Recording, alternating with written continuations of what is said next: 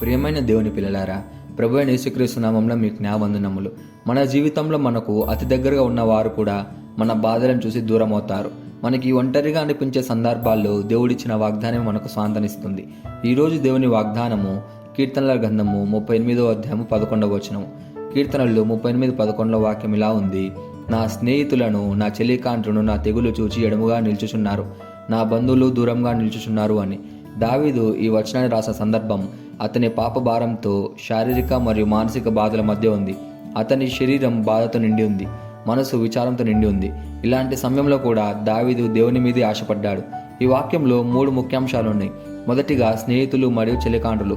వారు మన పరిస్థితిని బట్టి మనతో ఉంటారు. మనకు అన్నీ ఉన్నప్పుడు మనతో ఉంటారు. కాస్త మన పరిస్థితి మారి మనం కష్టాల్లోకి వెళ్ళినప్పుడు మన బాధను చూసి దూరం అవుతారు. రెండోదిగా బంధువులు.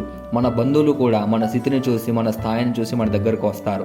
కాస్త మన కష్టాల్లోకి, బాధలోకి వెళ్ళినప్పుడు వారు కూడా దూరం అయిపోతారు. కానీ దేవుడు, మనం నమ్మిన ప్రభు మాత్రం మనం ఎలాంటి పరిస్థితిలో ఉన్నా నేను నిన్ను విడువను, ఎడబాయను వాగ్దానం చేస్తున్నాడు. ఆయన మనకి ఎప్పుడూ తోడుగా ఉంటాడు అని చెప్తున్నాడు.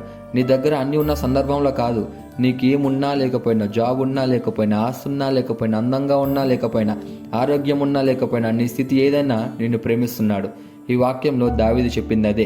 తన పరిస్థితిని చూసి స్నేహితులు మరియు చెలికాండులు మరియు బంధువులు అందరూ అతన్ని వదిలేసినా కూడా దేవుడు మాత్రం దావీదుని విడవలేదు. మన జీవితంలోనూ మన ఆరోగ్యం, ధనం, పనుల లోపం లేదా అపరాధాల వల్ల మనకు దగ్గరగా ఉన్నవారు దూరం అవుతారు. అదే సమయంలో దేవుడు మాత్రం మనతోనే ఉంటాడు.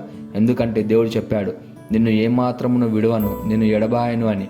హెబ్రీయులకు 13వ అధ్యాయం 5వ వచనం మనకు స్పష్టంగా చెబుతుంది. మన స్నేహితులు, మన బంధువులు మనకు అండంగా ఉన్నా లేకపోయినా దేవుడు మాత్రం ఎప్పుడు మనతోనే ఉంటాడు అని వాగ్దానం మనకు స్పష్టంగా చెబుతుంది. వాగ్దానాన్ని పొందడానికి మనం ఏ స్థితిలో ఉండాలంటే, మొదటిగా దేవునిపై నమ్మకం ఉంచాలి. మనం ఒంటరిగా ఉన్నప్పుడు కూడా ఆయనే మన శక్తి అనే నమ్మకం కలిగి ఉండాలి. రెండోదిగా ప్రార్థనా జీవితం కొనసాగించాలి. దేవునితో సంబంధాన్ని బలపరచాలి.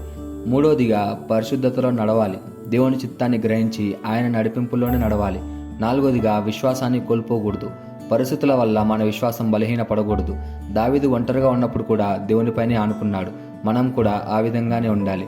ఈ వాగ్దానాన్ని మనం స్వతంత్రించలాగున మనం ప్రార్థన చేద్దాం.